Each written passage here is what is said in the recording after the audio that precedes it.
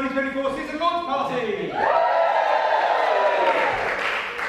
Happy New Year, everyone. We're a bit thin on the front here. If anybody wants to come forward and sit in the front. Promise I won't pick on you. Yeah, Happy New Year. Did you all have a good Christmas? Yeah! Okay. After the count of three, what I want to do is tell me one thing that you got for Christmas. Okay? 1, 2, 3. Socks? Yes. I got socks. 14 pairs. 8 of my pairs of socks were Star Wars themed. Oh!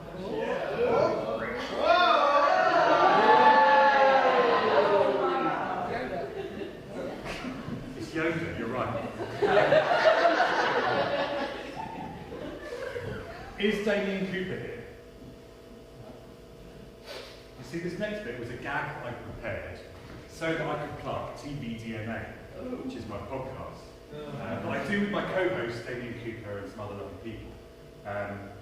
He's kind of ruined it by running late. Would you be Damien Cooper? Because you know who Yoda is. Yeah. Yeah? So I'm going to ask 2 questions. And the first one you can answer yes or no, whichever you like. Sure.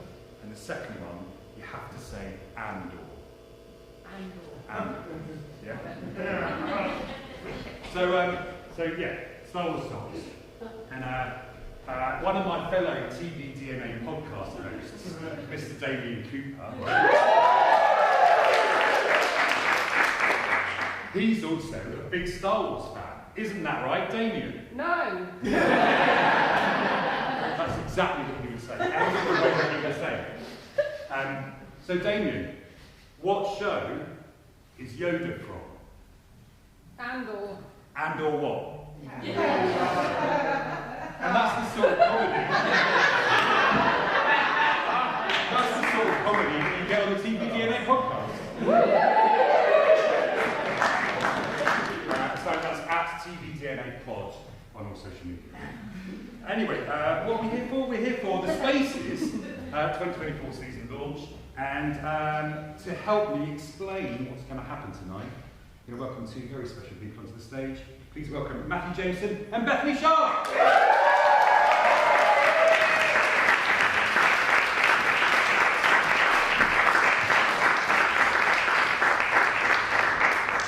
I also want to say a big welcome to our live stream audience.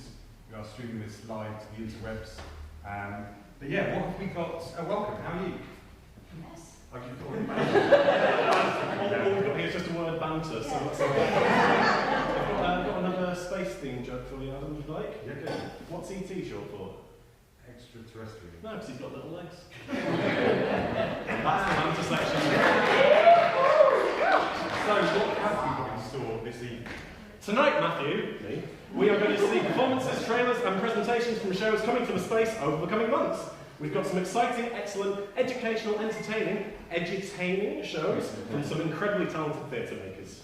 So please do show them all your support, and afterwards and during the interval we encourage you to approach the artists, tell them how much you enjoyed their presentation and are looking forward to seeing their show. And now it's time to introduce our interns. It's too early in the year for that, Adam. We don't have any interns right now.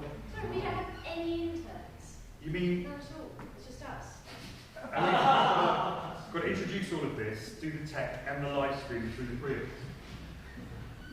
us. Yikes. Shotgun attack. Rock, paper, scissors? What to do with live stream? Yes, right.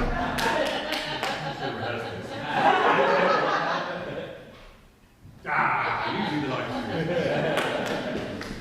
Great, so, yeah, clap.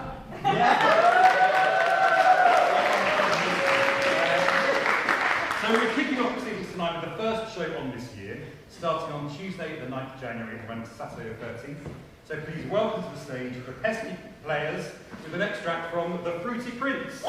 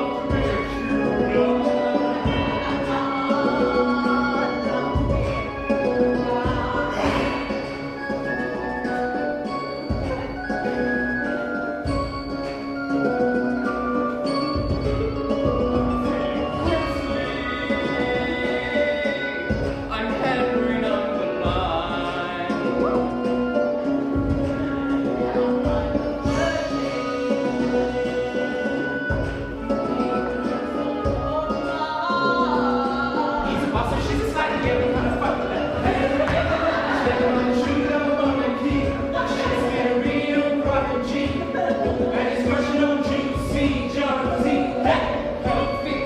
Living in a life of secrecy. Your Majesty. Henry, tonight we are fruity boys, calling all the boys.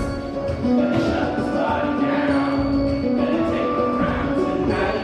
We are fruity boys, gonna make some noise. I'll take the whiskey, but now it's time for Henry.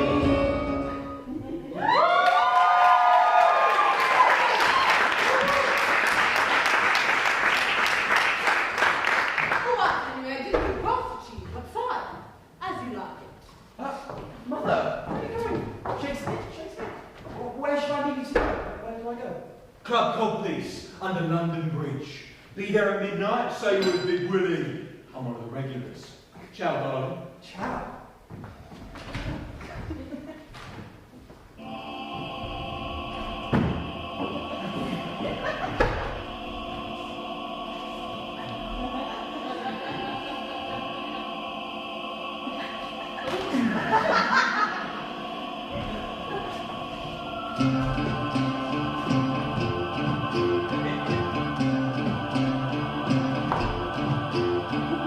Walter Raleigh, Chris Marlowe, Taylor Ridge, Bob Deborah, Francis Bacon, Cat Ashley, Lena Scott's Lady Mary, Swedish Mary, Spanish Bill, Robert Dudley, Bob Cecil, Master Parliament, Thomas More, Richard Bird, he lost the war, House of Tudor, rules the Bruce, Richard in line with Ian Goose. Don't just stand there and blow a kiss, but wait 1 second, who is this?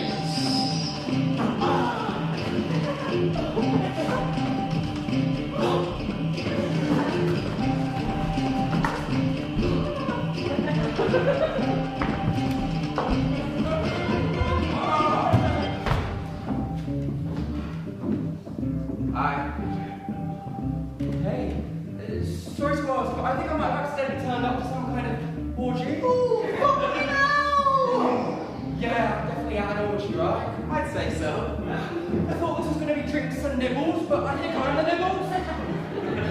I'm very much out of my depth here, sorry. Would you like my paper bag? It'll steady your breathing. I did just vomit it though. Don't go past. Thank you.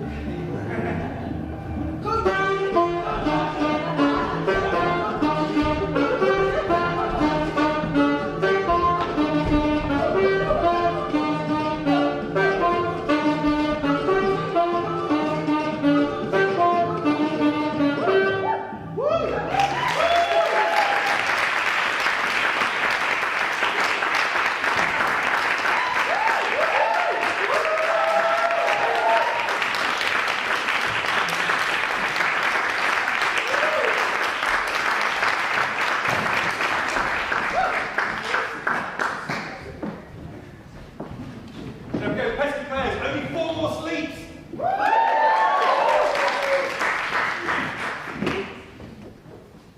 Sorry, it's a bit of stage management there. So we're going to take you from the fruity to the profane.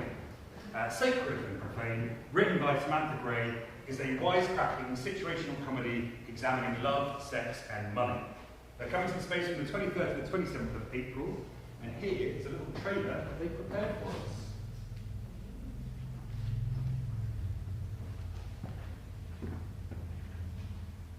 You need help.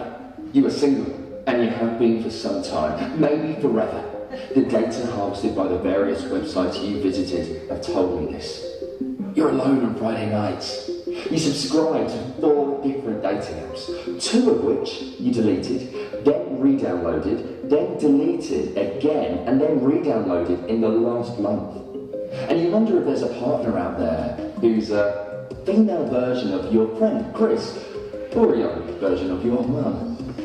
If only these romantic endeavours could be as seamless and fulfilling. Nothing good in life comes easy or free. Love motivates us to cross vast distances, take chances, make large leaps of faith, and spend great deals of money. So why do we not in turn make the same sacrifices for love, if that's what you want? Don't be that guy that expects it all to fall into his lap. The more you give, the more you get. And I'm telling you to give quite a lot to me. And in return, I will give you everything. everything you have wanted. I can almost guarantee it.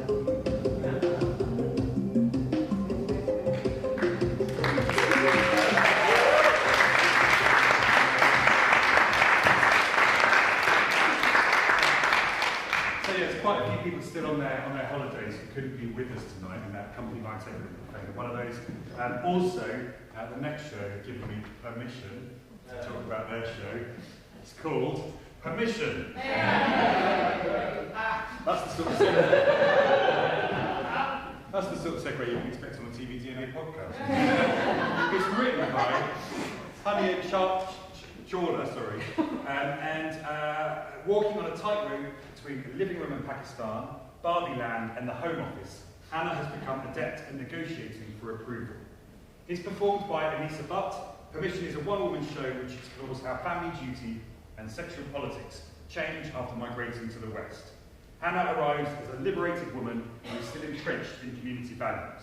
She is Muslim and liberated, until she receives a text message that changes everything. That's going to be on its face from the 28th of May to the 1st of June. Read the script, it's very good. You can highly recommend coming along to that one.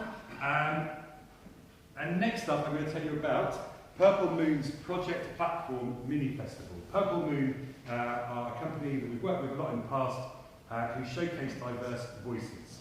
And they're coming here over 3 nights, and each night is a different show or shows. So on the 23rd of January, there's a play called The Woman's War. On the 24th of January, it's a double bill of Conviction and Elsewhere. And on the 25th of January, you get Only One, which is the name of the play. You don't get just that, because there's also a scratch night of new work on the same evening.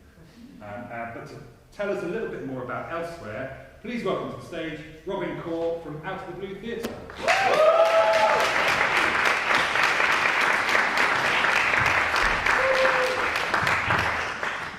Hi, I'm going to start with a bit of it's almost always coming to introduce my show in London. I always feel like, I don't see anyone who look like me. I'm just going to start with that. I kind of feel like, I don't know why this is important, but I felt like I just want to talk a little bit about Project Platform. It's a artist development program that's been 6 months, and they support global majority artists like myself.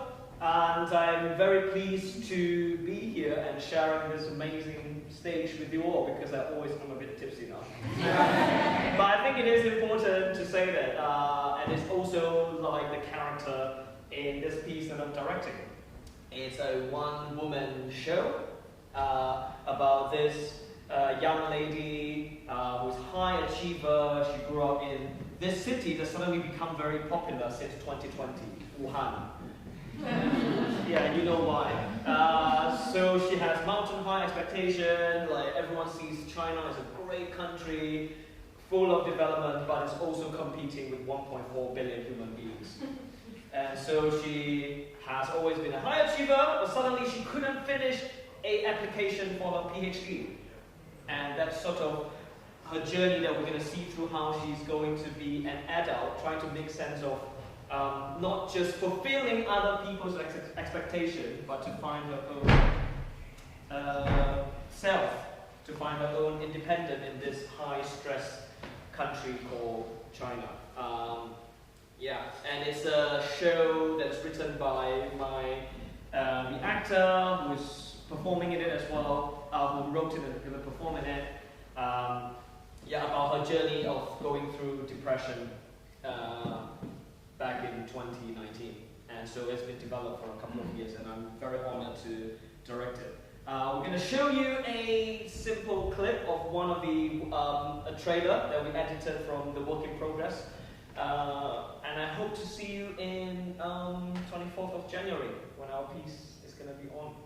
Thank you very much.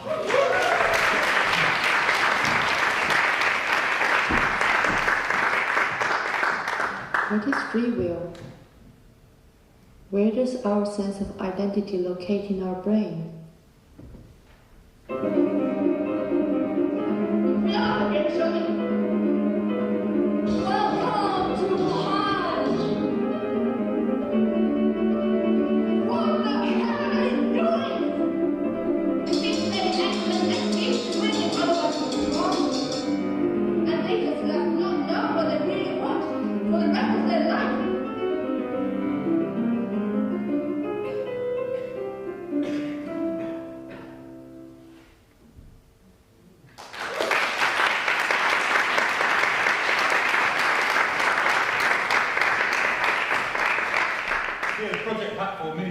23rd to the 25th of January.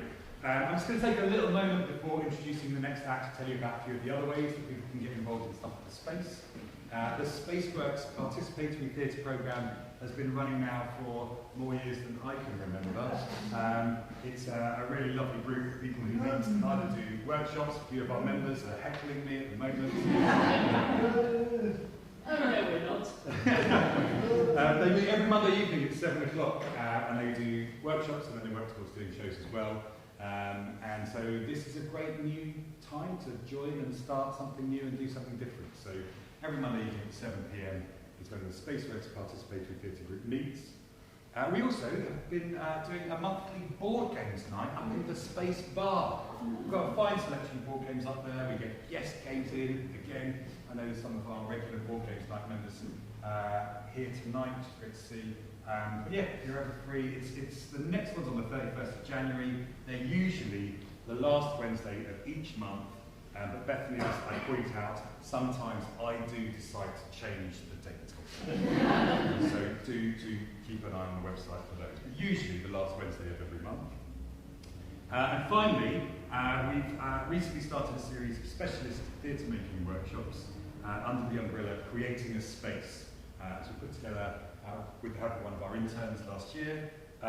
We've already had workshops on stage combat and dramaturgy, and this year we're looking forward to sessions on inclusivity on a budget, intimacy guidelines, working and making theatre trauma consciously, self-producing, and movement direction. We've got a whole host of lovely tutors coming to do those workshops. So if you go to the What's On page of our website and look for Creating a Space, you'll find all the details of those there. One of those lovely tutors, again, this is the sort of segue on the TV DNA podcast, is Nell Hardy, who I'm delighted to welcome to the stage from Responsibility Theatre to talk about I Lord.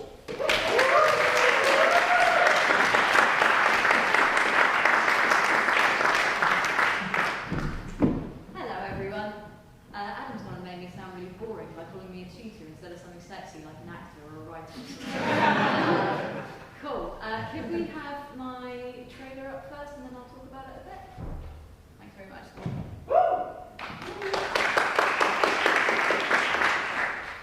I have something I need to say. Let us pray. Can you look at me and tell me that anything is more important than having somewhere you can stop and open your heart? But none of that means anything if those places aren't safe.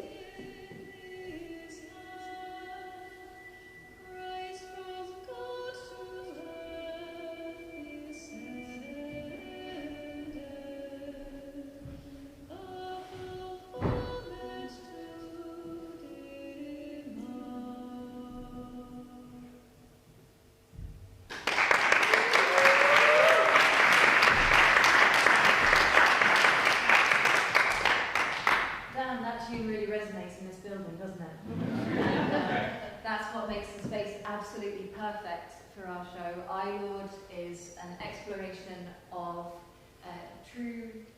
inspired by true stories of spiritual abuse. What spiritual abuse? Nobody actually knows because it's a highly contested term even now. So the play is inspired by my experiences and also others of people from a variety of faiths and also of no faiths. It follows a young woman who has come back to a church community in which she experienced abuse and discloses that and encounters people not wanting her to pursue justice for it because they don't want to throw yet more kind of controversy on the community that makes them feel so safe. And meanwhile, she's also reconnecting with other friends that she had outside of that faith community who are struggling to reconcile the her that they knew and the her that's coming to them now.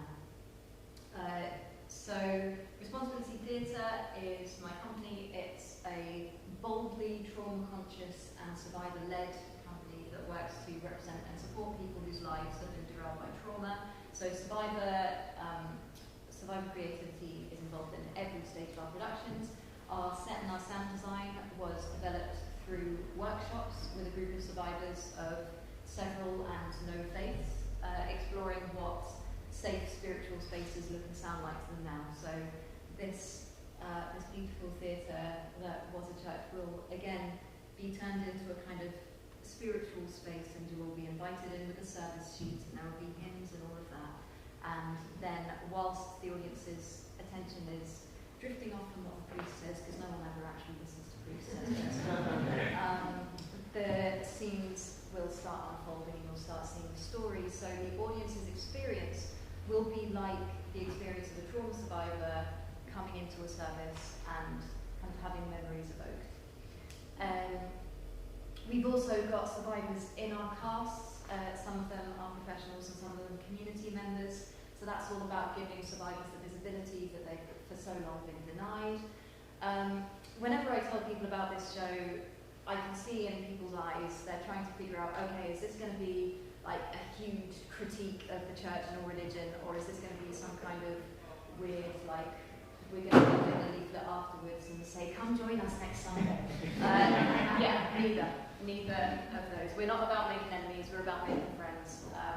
So this show is about identifying the problems that do exist both in religious communities and in the secular world that force people who have been abused into hiding, and the ways in which both sides of the coin can be more open and more tolerant and work together better to understand how we can stop those cultures of hiding from having to be created. So after each show, we're going to have a short interval and then invite people back in to have a conversation about what they've seen and talk about, kind of process anything that's come up for them. We'll have welfare leads in the audience in the team in order to facilitate that. We are, the show's going to be closed captioned. Another thing that we're really excited about, we're doing it for the first time as a company. If you've got kids and you're like, I can't possibly leave the kids at home and I can't possibly bring them to this show because it sounds a bit heavy, yeah, don't bring them in here. But we are running a parallel children's show recommended for 5 to 11-year-olds. The church just down the road has very, very kindly offered to host us for that. So parents who want to come to the show, they can leave their kids there, and it's an interactive experience in which we celebrate faith diversity, we learn lots of stories from different faiths or stories that are shared between faiths and the different kind of variations that there are in it, and we think about what healthy spiritual curiosity means and what religious figures, what roles they should play in your life and what roles they shouldn't play in your life. And it's just a load of fun. We've taken it to some primary schools and it's wild. Cool, so I think that's probably everything I need to say about the show. Yeah, trauma's much more fun than it sounds. It's going to be really interesting, and we've also, through this show, this is going to be a good seller, we're running workshops, and I'll soon be advertising these. So if you know any spiritual leaders or safeguarding professionals who need to learn how to communicate trauma consciously, then we will be running some workshops at the space, and also at the old Diorama Art Centre about that. If you yourself are a survivor of trauma, if you find that I will kind of bring stuff up for you, we'll be running some workshops on how to explore those things that kind of get hidden and kind of shrouded in fear. We'll look at kind of safe and fun ways to make sense of all of those things. And the Church of England, as a result of some safeguarding professionals seeing our preview of this show, for the first time ever, are officially going to engage some of their priests and some of their safeguarding teams in workshops with me. And this is the first time that they will ever have done survivor-led training and trusted anyone with survivor-led training. So that's the advert.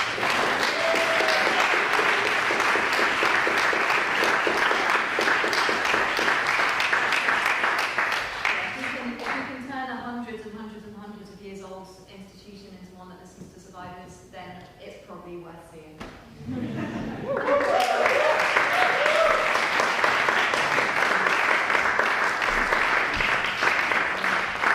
Amazing work from Mel Hardy and Responsibility Theatre. Keep going.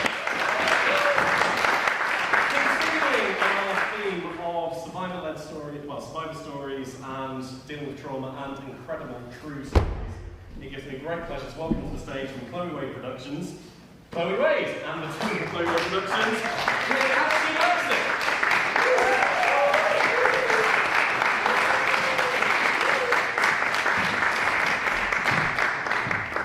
Hi everyone, my name is Chloe Wade. I am the writer and one of the performers of As She Likes It. Hi, I'm Tilly Bosborough and I'm the director of As She Likes It. And I'm Danica Cause and I'm the producer of As She Likes It, which is coming to the States on the 27th of February. Nothing to do with Shakespeare as well, by the way. Sorry to disappoint. Basically, I created the show alongside my writing mentor, Morgan Lloyd Malcolm, and it's inspired very much by the people who've been bravely coming forward around the Me Too Time's Up movement, but also a story from over 90 years ago now, the story of Patricia Douglas. Not enough people know her name, and I am determined to change that. Patricia Douglas is now heralded as a bit of a Me Too pioneer, and she was a dancer in the 1930s, and she was taken to what she was told was a casting call with lots of other underage girls, and they were bussed out to this remote studio, and it essentially turned out to be a big studio party, and the girls were there as party favours. So Patricia Douglas took her story to court, or took her case to court, because she was assaulted at this party, and it was a massive landmark case at the time. I believe it's a legal first. She was the first female plaintiff to make rape a federal case as a violation against her civil rights. And the play kind of poses the question, how much really has changed between then and now? And spoiler alert, not a lot. Okay, yeah, so when I was sent the play, I was expecting it to be really good anyway, to be honest, because she wrote it. Me and Chloe did a film together, she said 12 years ago. I think so. I mean, she's not old enough, is she? 12 years ago. But anyway, we did a film together 12 years ago, both of us acting in it, and she allowed me to be her friend, even though she's obviously a whippersnapper, I'm an old fart. But anyway, we continued to be friends. And yeah, she sent me the play, but what really struck me about it was the way she told the story. This very serious story set in 1937, she takes us right back to the golden age of Hollywood, and yet it's told in such a vibrant way that we're really in 2024. It's so alive, it's so anarchic, it's a bit naughty, it's a bit daft. It's just really exciting, I think. So yeah, I'm absolutely thrilled to be directing it with our incredible cast. Pretty exciting. Yeah, and I completely agree with everything Tilly said. When Chloe sent me the script, I couldn't put it down. It's hilarious and funny, and obviously poses a really important question and makes a really important point.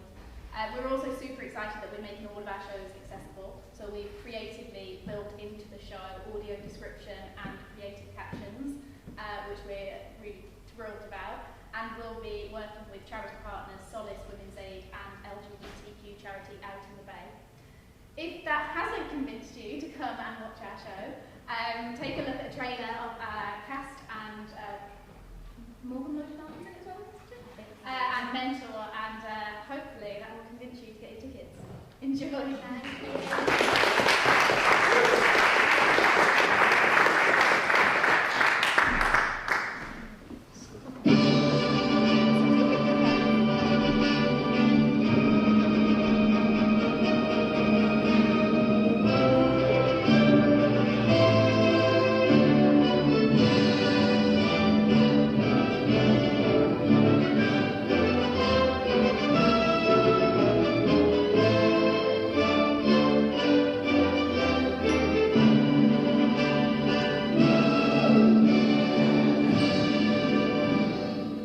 Hi, I'm Morgan Lloyd Malcolm, and I've had the pleasure of being Chloe Wade's mentor through the process of her developing As She Likes It. I've had the pleasure of reading several of the drafts from the very beginnings of it, all the way up till now, and I'm so excited that it's finally reaching a stage. It's such a brilliant piece of theatre. I cannot wait to see how it is manifested in physical form, and it's just going to be an absolute blast to watch. So yeah, I can't wait to see how they get on with it. Hello, I'm just trying to give you my best side, in true Hollywood fashion. Hello, I'm Lucy Tuck, and I'm playing the Hollywood stereotype, leading lady and star, true star. And I'm actually entering my golden years, so I'm practically over the hill. Who knows what parts are left for me now? But I've got so much more to give. And yet, what happens when the lights go out? Hi, my name is Erica Posadas, and I'll be playing Damsel in Distress in As She Likes It. So my character is very witty. She's brave, she's funny, she is charming, and she's also a woman that isn't afraid of rewriting the narrative. So yeah, I can't wait to get my hands on that. Wow, that was that inappropriate to say? We'll see in the edit. There's no business like show business like. I think people should come and watch As She Likes It because it's going to be intelligent, funny, and the story that inspired the play is incredible. I can't believe that I have never heard of it before. And it's not just, the words on the page. The way that it's told is so creative and inventive. The script. I remember reading the script and I was so moved, and I remember thinking that this was going to be such a special project, so much so that if I didn't get the job, that I'd be the first to buy a ticket, because I really wanted to see this production. Let's go on with the show. You should definitely come and see the show. The show is raw, it's playful, funny, moving, surprising, powerful, fierce, confronting, and it's inspiring. I hope that people leave ready to go. It's going to be fun, it's going to be fast, it's going to be lights, camera, action. Let's go on with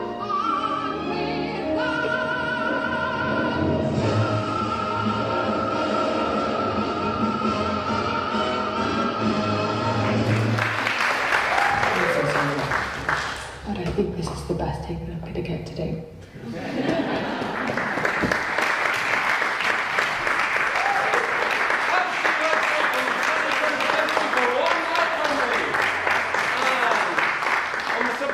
Shakespeare, we're now going to have a little bit of Shakespeare, and we're also going to have some feminist reclamation. Please welcome to the stage Little Lion Theatre with Portia's Julius Caesar!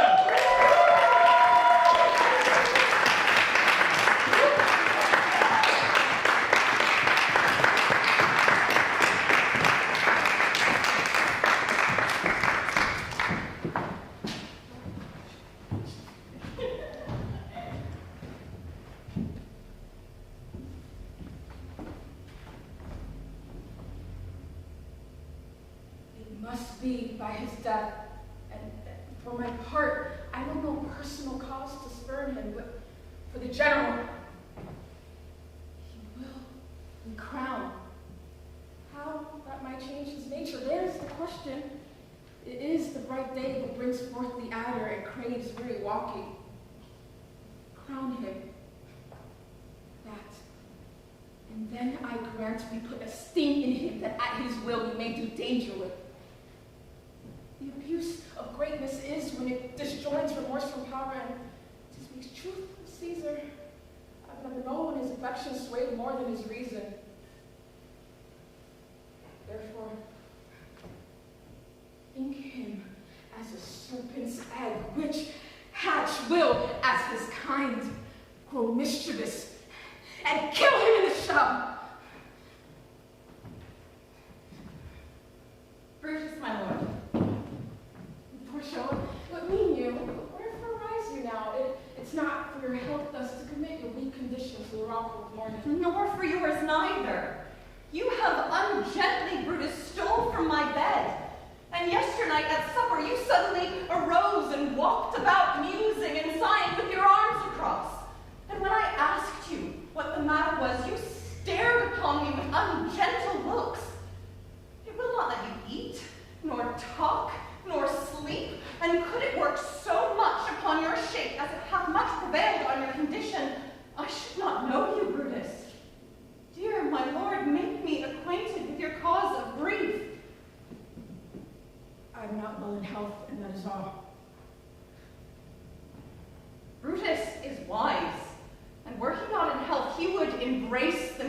come by it.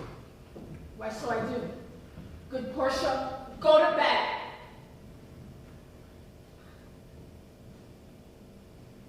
Is Brutus sick? And is it physical to walk unbraced and suck up the humors of the day morning? No, my Brutus. You have some sick offense within your mind which by the right and virtue of my place I ought to know of. And upon my knees I charm you by my once commended beauty, by all your vows of love, and by that great vow that did incorporate and make us one that you unfold to me yourself. You're half wine, you are heavy. Kneel not, gentle Portia.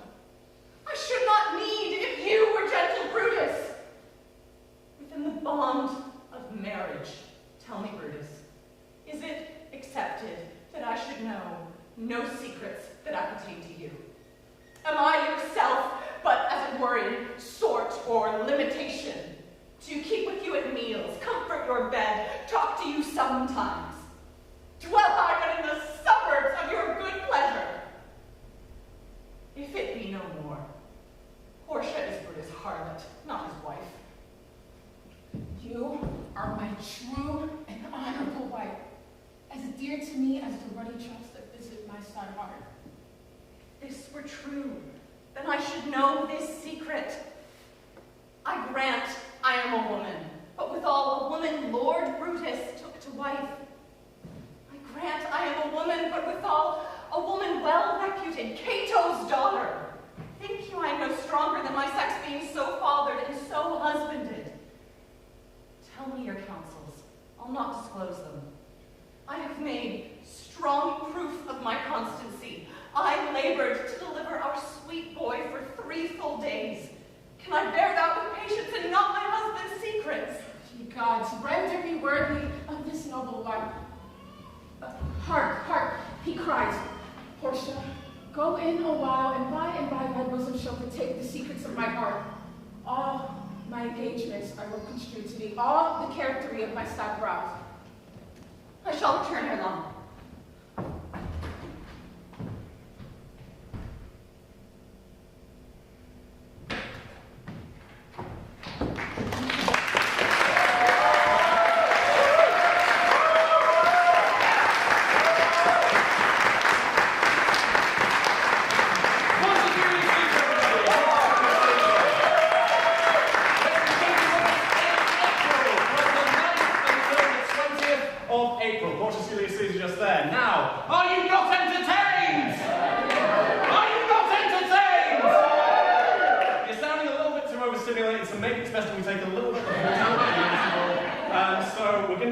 Very shortly because you're on the edge of your seats. The loos are through there, the bar's just up the stairs, and the drinks are flowing at a reasonable price, both alcoholic and dry because it's January. We'll see you in 15 minutes.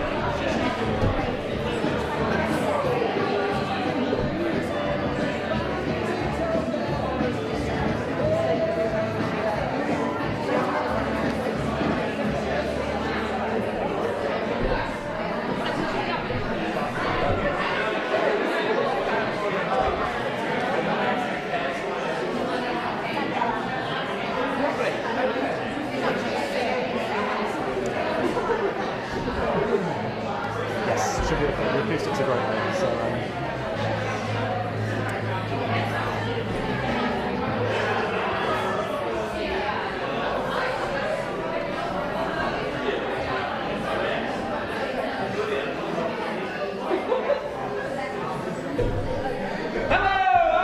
Welcome back to the Spaces 2024 season launch party!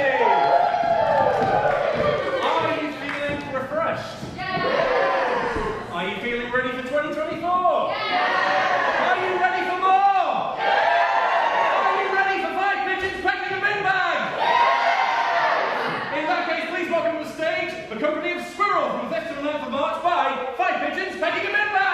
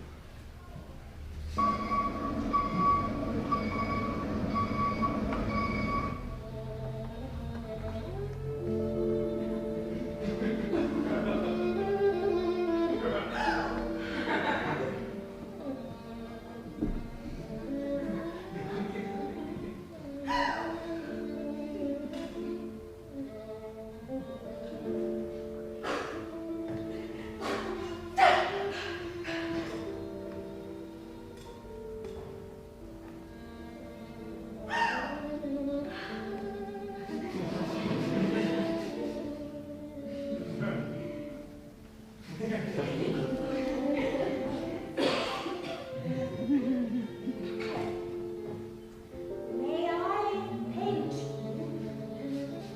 Of course. Please be sat. Be careful.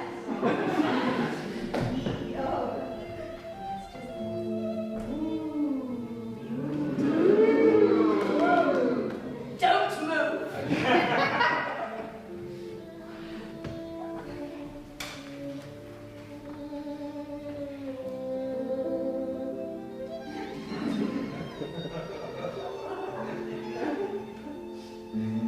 When I was 2 years old, my mummy left me outside for too long on a hot summer's day. Burnt my back, shoulders peeling, scalp bright red. I was a tiny blonde thing back then, skin like tissue paper. Granny went mental at her apparently, but I don't remember. There are photos though.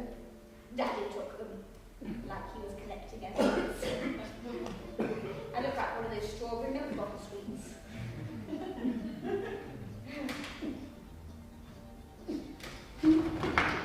My first memory of sensing that something was off must have been year 1 Christmas hymners at school. Like, what's it called? Carol concert, yes, that's it. Thank God you're here. I had a solo and everything. I was so nervous, like ready to shit my pants. You know when it's a little snail head poking out of its shell. I did it though. I belted Ceylon nights like my life depended on it. Shit my pants, of course. I didn't care. I waddled over to Mummy at the end, radiating pride like a tiny sun. I think Daddy had to work. Mummy just grabbed me by the wrist and dragged me out of the school hall. She still wears this awful bright pink lipstick, you know. I can see her fuchsia frown glaring down at me.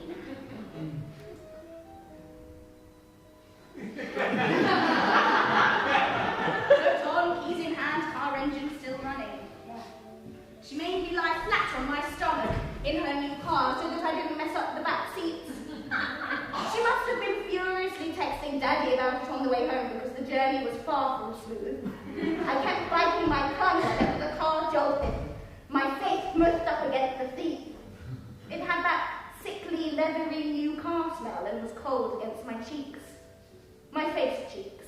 My body was up in the air behind me, like a pooey snail shell. Did you know that when snails grow, they don't get new shells? The shells just grow with them.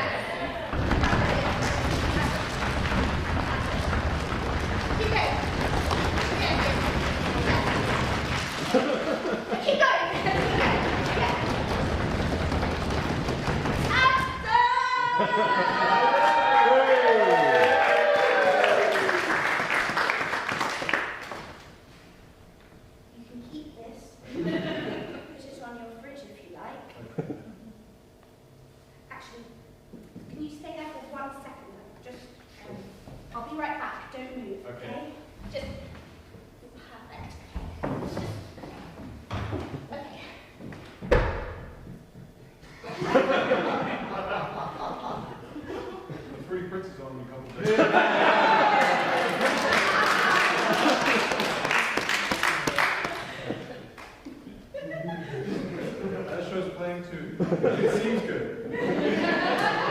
I'm having a great time.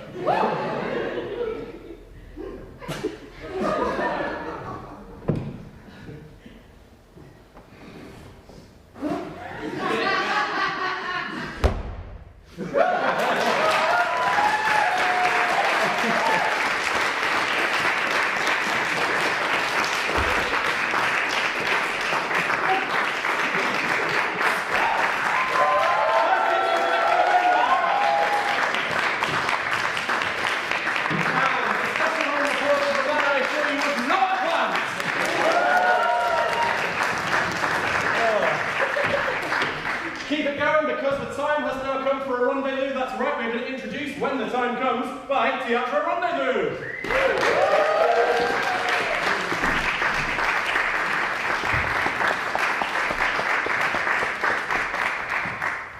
Hello, I'm Tora and I'm here on behalf of myself and Taylor Rendezvous and I'm introducing When the Time Comes. There's more than me in the play. We've got 6 actors. They're just none of them are in the country at the moment. So here I am. Me and my friend, we looked into the future and we saw what the world will look like in a couple of 100 years, and it didn't look great. So we thought, well, what will people sort of be looking towards for reassurance? And because we're actors, we know that people will still love theatre, as everyone does today. So we took everything we like from sort of Greek theatre, Shakespeare, Disney, and put it all together into a, quote, tragi-comic love story set on the background of the climate catastrophe, unquote, where the main characters' names are Romeo and Juliet. Ooh, yes. We've got a trailer here that will talk a little bit about it. So enjoy.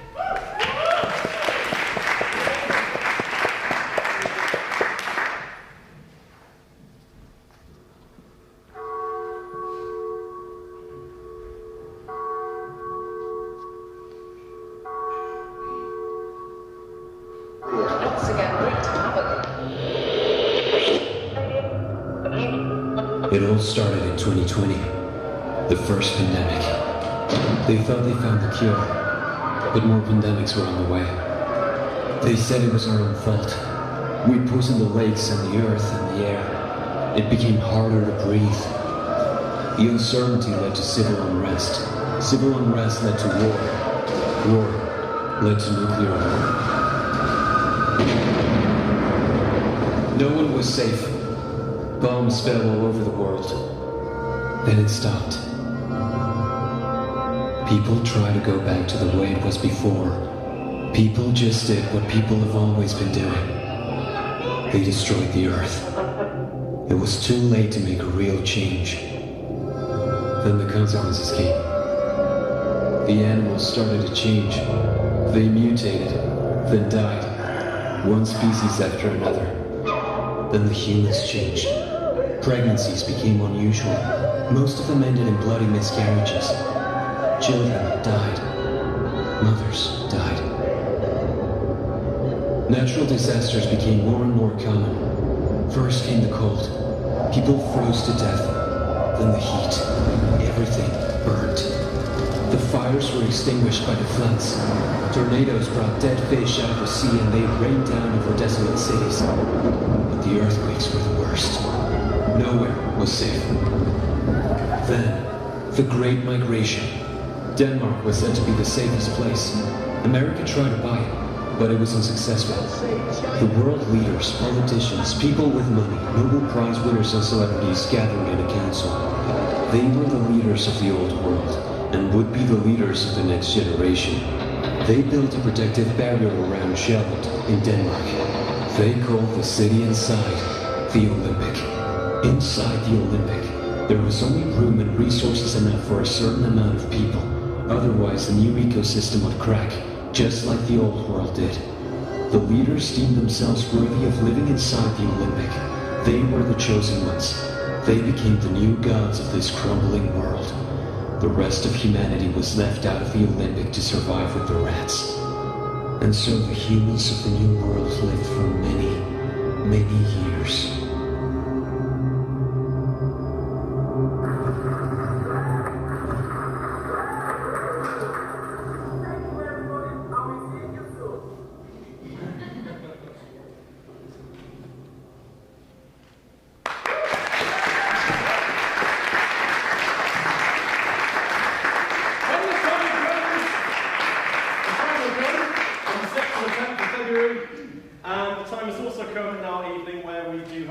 Mention the elephant in the room, because the future looks a little bit bleak, and I don't know about you, but maybe the present looks a little bit bleak as well. And we are doing everything we can as a theatre to make sure that we're as affordable and accessible as possible. We're offering pay-what-you-can tickets on most shows, as well as online with our online programming or live stream, doing what we can to make sure that no one's excluded from this building, coming to see shows wherever we can, where it's possible. We are also a charity, and we appreciate all the support we get, and it's not just a case of coughing up money. There are many ways that you can support us. You can join us as a volunteer, whether you're from the industry or the community, whether you want to learn new skills, pick something up, volunteer time, donate furniture, board games, clothes, anything you think we'd appreciate. You can join our friend scheme, which gives you, for £30 a year, cheaper tickets, money off at the bar, and special friends events. You can drink, buy food, or spend time at the bar upstairs. That is owned by us, and everything that's purchased there goes directly to supporting the work that we do here as our arts programme. And you can also, if you do have the cash available, donate to the space. You can go to our website and support us, or just add a donation the next time you buy a ticket. And it's because of our mission to supporting new companies and exciting new productions, we welcome to the stage the music troupe who are presenting The Duchess of Padua!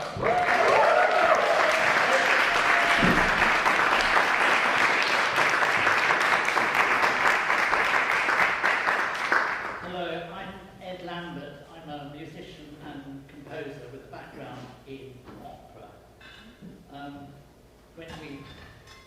When a lot of people think about opera, they think about something that's 200 years old. But I'm on a mission to try and create opera that's very small scale and hence more viable and more accessible. I've never been on stage before in my life. I think it's the most scary place to possibly be, and I admire actors and people who can do stuff on stage, and I also admire singers because they not only stand on the stage but make this beautiful sound. I just love the sound of a beautiful singing voice. And I came across a play by Oscar Wilde called The Duchess of Padua, written in 1883. So he was still in his 20s, and he was the de facto leader of the aesthetic movement. And if you look at the play has beautiful blank verse, it's eloquent and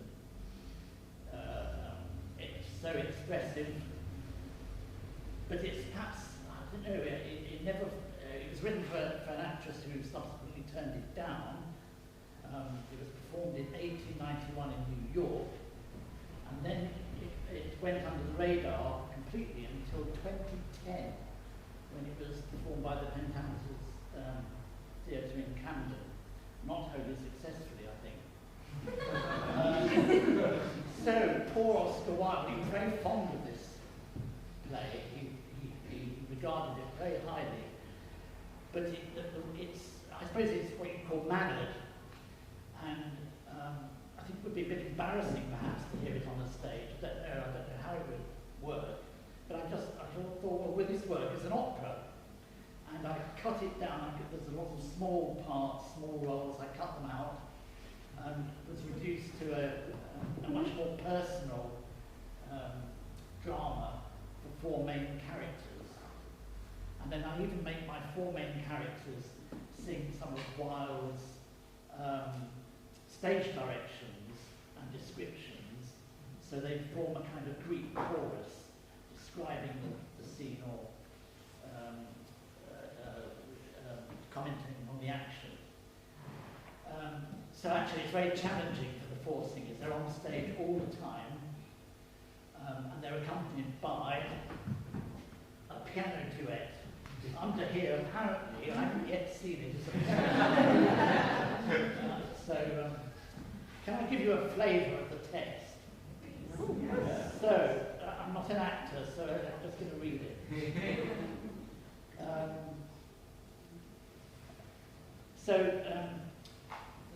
So the Duke of Padua is a horrible bloke. He's cruel, and he has a young wife, the Duchess, whom he coercively controls. Along comes Guido, a young man who's seeking revenge for the execution of his father. So the Duke greets Guido, takes him under his wing, not knowing that he's putting himself in danger. So he says, in Padua, we think honesty is ostentatious, so it is not of the fashion. Guido, be not honest. See thou hast enemies, else will the world think little of thee. It is its test of power. So I think, put into a comic situation, you can see Oscar Wilde's kind of comments that reappear in his later comedies.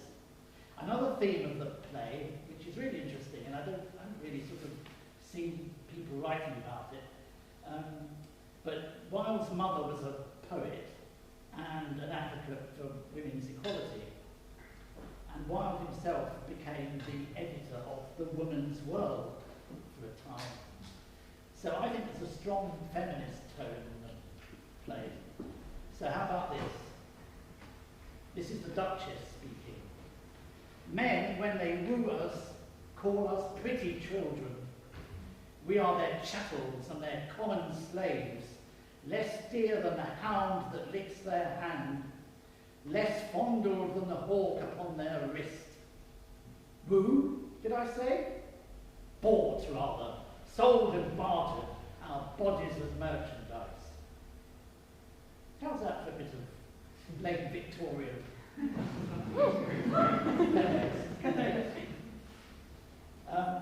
In fact, just before the play was written, I discovered that there was something called the Married Women's Property Act, which gave a wife the right to her own property for the first time. So I thought that was interesting too. The Duchess again. There is many a woman here in Padua, some workman's wife or artisan's, whose husband spends his wages in a revel, and reeling home late, finds his wife by a fireless hearth, with a child who cries for hunger. And then he beats his wife because the child is hungry and the fire black. Yet the wife loves him and will rise next day and try to smile and be glad if he does not beat her a second time. That is how women love. When men love women, they give but little of their lives, but women, when they love, give everything. So nice and sentimental, you see. So, yeah. I don't know how much to give away. Guido can't go through killing the Duke. He was very much of a coward and sort of an honourable guy. So who has to do it? The Duchess. She kills him. Now that must have been quite shocking, or could have been quite shocking in Victorian times, because there must have been many upper-class wife trapped in a loveless marriage. So that was Wilde's answer: just kill your husband.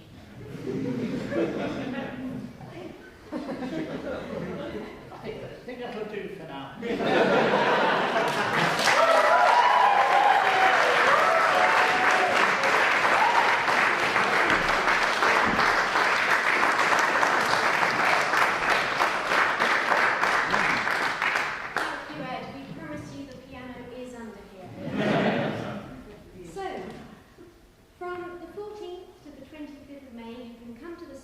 And see Kensington's Bottom. To tell us a bit more about that, please welcome to the stage Ray and Billy.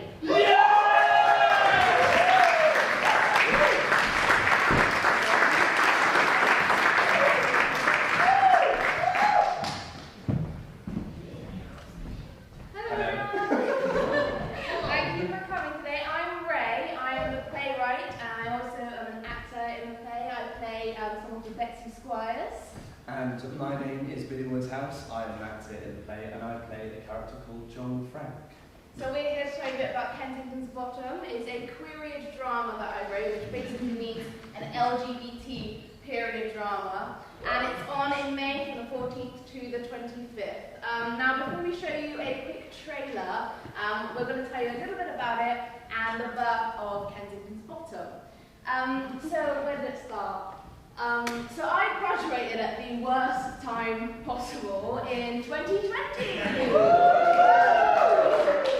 where an industry that I was graduating into just did not exist. There was nothing there. So it was a tough time for creators to be creative. So I found an outlet in writing a lot more and revisiting some projects that maybe I put aside. Like Kensington Bottom, this idea, literally, it came from nowhere. Like, I was on a bus and just had this whole 2-act play come into my head. And if any of you are writers, you will know exactly what I mean. You could just be like doing dishes or like on the toilet and you're like, yes, that. And then you just voice note myself so I could remember everything I just thought of. But I think really where it came from was a place of frustration. Me being bisexual and also with an interest of being cast in period dramas, I felt there was a lack of representation in the industry of TV, theatre or film, of anything that represented queer stories in the 1800s. I'm going to put you on the spot now, Billy. Can you think of a queer 1800s like piece of theatre, TV or film, like off the top of your head? Like go. I can think of one. Come on! It's tough. I can think maybe Jennifer and Jack. Yeah. I do struggle to actually think of more, so I think it's great, especially with like you guys as well, that you're putting on something as well similar. That it's great that we do more. So with the likes of Bridgerton as well, that's like made period drama so popular, what a better time to put it on. So you're going to give us a little synopsis and stuff.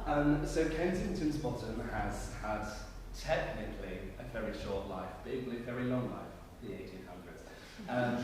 But we have had the luxury of putting it on for a one-night stand at the Wimbledon Theatre in their studio space, which was really lovely. It was nice to get it up on its feet after being inside the book for so long. And yeah, it was really nice. It was completely self-funded by Ms. Rachel Scarrett and her entire immediate family. Thank you, Grandma. But yes, so we're very excited to be putting Kensington's Bottom on in this space, especially it's such a perfect space for the piece, and we're also excited to play around with the staging and stuff like that.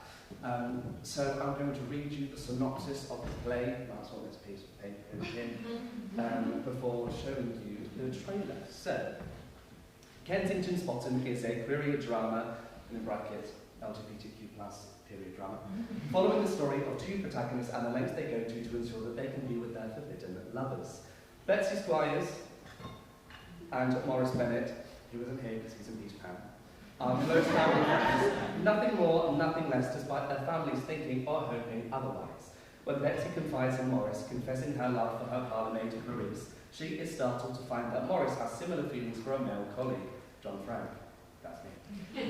The pair hatch an idea to go along with their family's arranged marriage plans in the hope they can run away together, taking their forbidden lovers with them. Oh. And so without further ado, please enjoy the trailer for Kensington's Bottom.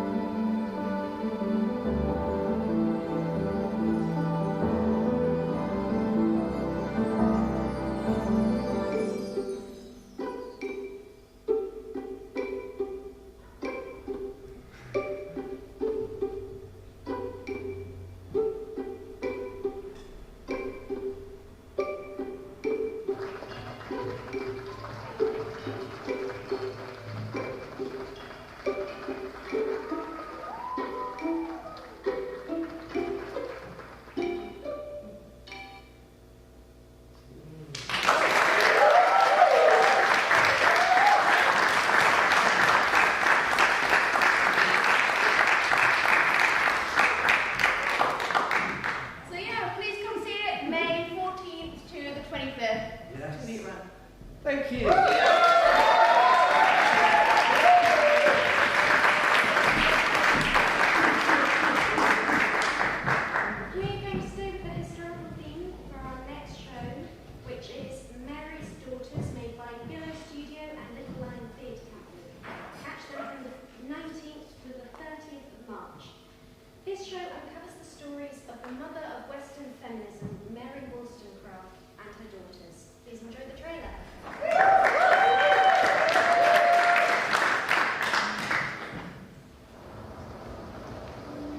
Let's all write something. Create something. A ghost story.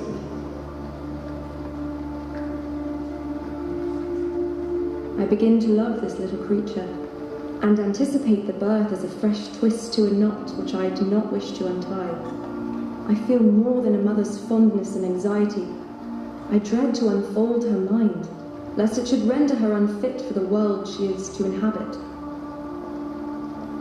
I had determined that I would never live to be a disgrace to such a mother's legacy. Beyond what she wrote, what stories was she keeping just for me? I had my writing. It was often the solace, a place I could go to put the things that were too hard to bear. Mother gave me her mind, its roses and its thorns, her quickness, her perceptive criticisms of the world she knew, her capacity for love, her wish to break free.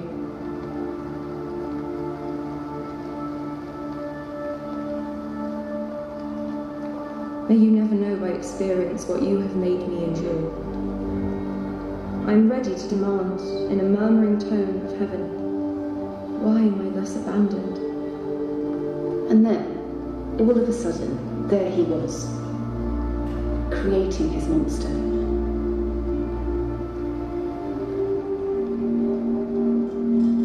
All I had for the rest of my life was her writing, her writing and her reputation, just like everyone else. Haunted with her name, by her work, by her ever-present absence, by the constant pressure to be brilliant.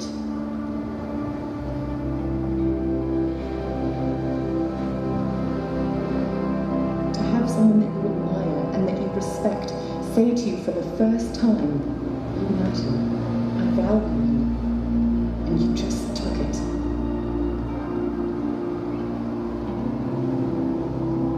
It's just a basic story.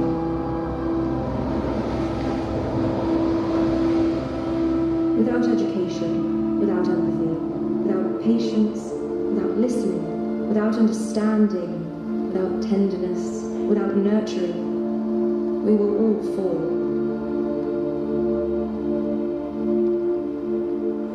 I am going to be the first of a new genus. I tremble at the attempt.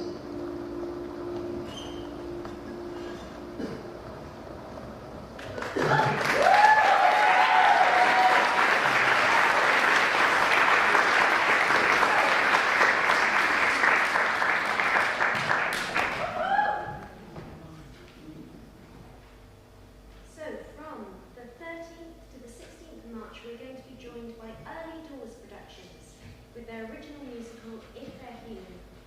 This tells the story of Leia and Peter, whose experience in the concentration camps of World War II testify to the strength and faith which can endure the worst horrors of humanity.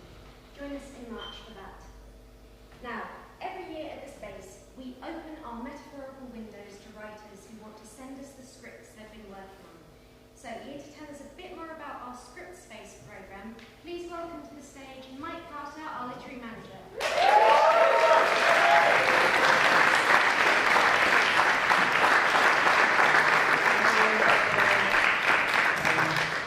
I stood at the back, which was keeping that took too long. I found that you were recording for a long time. Thank you. That's made me feel special. Yes, Script Space is, it's been an important part of, well, some people, we met them, various companies and various writers. It's our way of meeting people, supporting new work and supporting new ideas. Matthew mentioned we're a charity, but of course, importantly, and I think uniquely in Fringe Theatre, that supporting emerging artists and new artists is written into the deeds of our charity. It's why we exist. And as well as actors, producers and directors, writers are a big part of that. So on January 17th, we won't metaphorically open windows, but we'll actually put a page on our website that is submitting to plays. And what we want is first drafts or ideas or early sketches or early work, because we think that there's lots of people who look for polished plays and they're looking for the finished things, they want to produce them. But I remember what it's like, or I still do it, when I write and I go, I've just finished it and I don't know what to do with it. I don't know whether it's any good or not, I want to try it out. Maybe I don't know anyone in the industry, maybe my mum's read it and likes it, but I just don't know what the next step is. And that's where I think Script Space really shines. We have a team of readers who we pay, usually, but we pay our readers, so they're really good. We make sure they work hard, and everyone gets 2 reports. So even if I often prefer it when there's wildly different opinions, because they preach it doesn't agree. It's like someone likes it and someone hates it, well done. But you'll get 2. And then out of that process, we meet writers, and if we like the idea, we like the project, or we like the idea, we might invite you in to do a reading here, a stage reading, and then you're part of our circle. And so many of our shows have come to us that way. So many, even if not that show, but a future show and next show. But it's a really great way to meet and grow our artist community. And you're certainly welcome, whether you're an old hand and you've written lots of things, or you're new to it and you just want to watch it do next. Please submit your work. We love reading it, and you will definitely get some well thought through, constructive, positive encouragement through the process. It really matters to us that everyone gets that, whatever level you are. So keep an eye out on the website. January 17th, the submission. There's various prices. We do charge about a few quote plans now. We'll work that out, but also there's various pricing, and it really is a good way to get your work done. Even if it's a very basic first draft, to get that onto the second draft. So we really look forward to seeing that. It's very soon, January 17th. So brilliant. Thank you very much, Natalie. Thank you.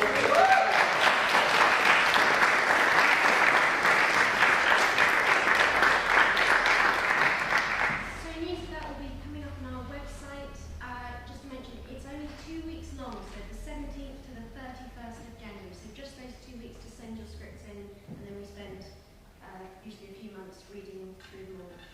So we are now at the last show to introduce tonight, and that's How to Meet Dog. Now, How to Meet Dog was created at East 15 Drama School by Eyes Wide Theatre and was awarded the Space's Launchpad Award. We're really looking forward to welcoming them to the Space on the 17th to the 20th of January, and they're here tonight with an extract from the show.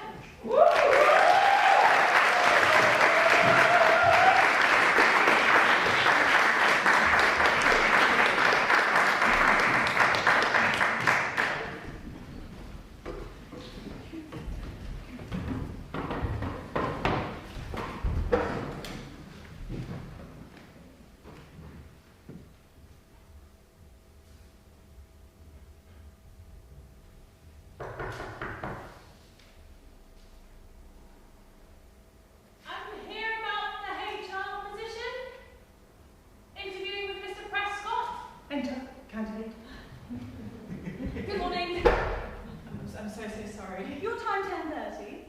Yes. Currently, right now, it's 10:47. Almost 10:48. You're late. I'm sorry. We forgive your lack of punctuality. Take a seat. I'm David Prescott, head of our human resources. This is my associate, Miss Webb. We're the people team. That's what they call us. What do we call you? Charlie. Charlie Byrne. Nice to meet you. Tell me why you want to work here. This company has such a friendly and family feel, and I'm keen to involve... Your father, Andrew Byrne. He worked here. Yes? You didn't mention him in your application. No, I didn't. That's curious. Very curious. Is he why you want to work here? My father has nothing to do with it. Tell me, Charlie! What do you currently do? I'm currently between jobs. What does that mean? I don't have a job at the moment. We need to know why you think you're better suited in this leading position than any number of alternatives. Those alternatives are numerous. It's simple, really. Indeed, rather simple. Impress us. How? Just impress us!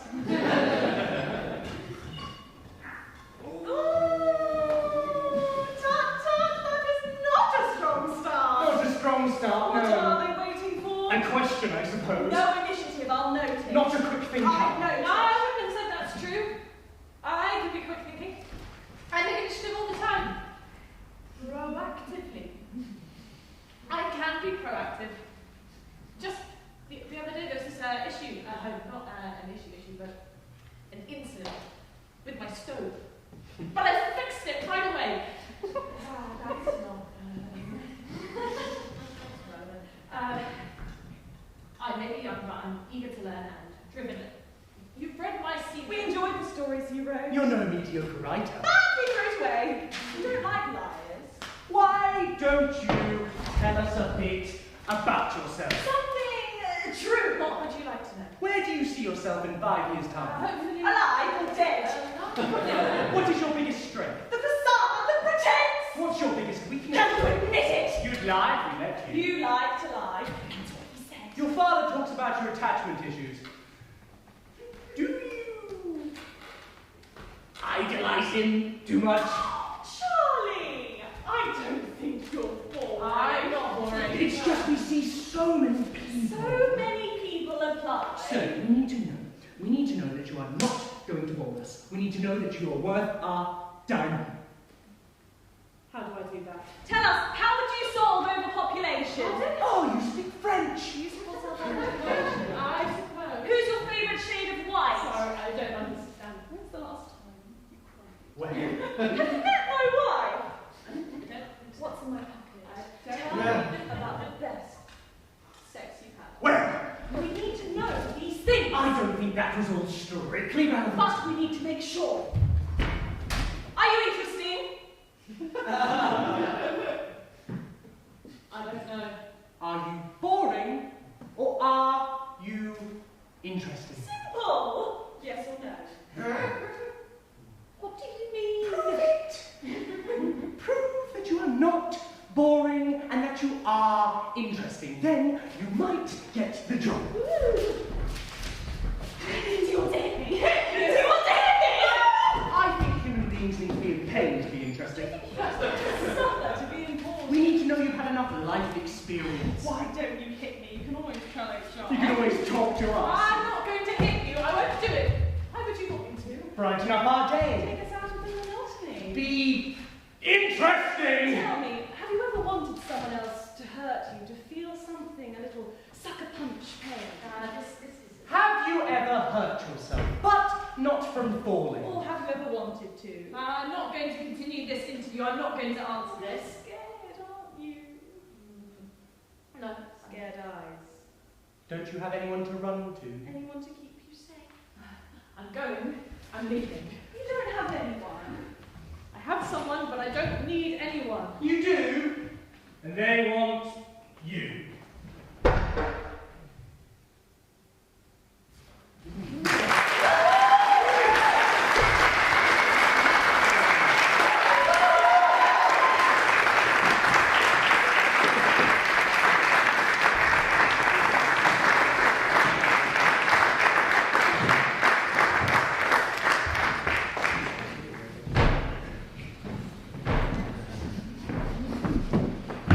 That's all we have for you this evening. Thank you so much.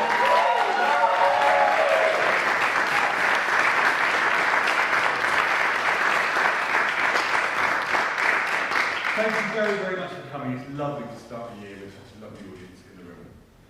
Thank you to everyone who's performed, thank you to everyone who's brought a trailer or contributed anything to this evening. Thank you to all our volunteers, our trustees, our bar staff and our associate artists.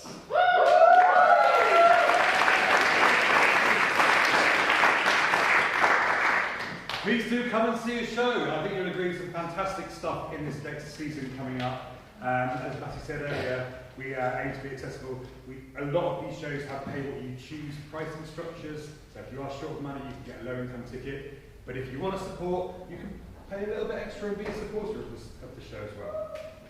Let us know what you thought of all the shows tonight, and good things, obviously. On social media, on your programmes, and if you're watching on the live stream, it will be attached to the email with the link. You'll have everyone's social media handles and ours. And we are not closing the night just yet. We are going to head upstairs and have a little bit of an evening in the bar, which closes at midnight, because one final segue and surprise. Tonight we are celebrating not one, but two birthdays coming on Sunday. It is the joint birthday of Centre Director Adam Herring and our long-standing volunteer Pam.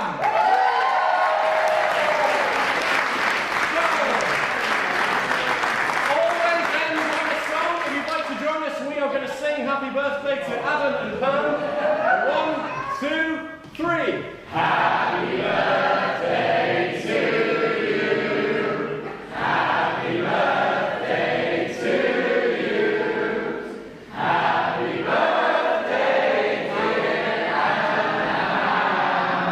Happy birthday to you.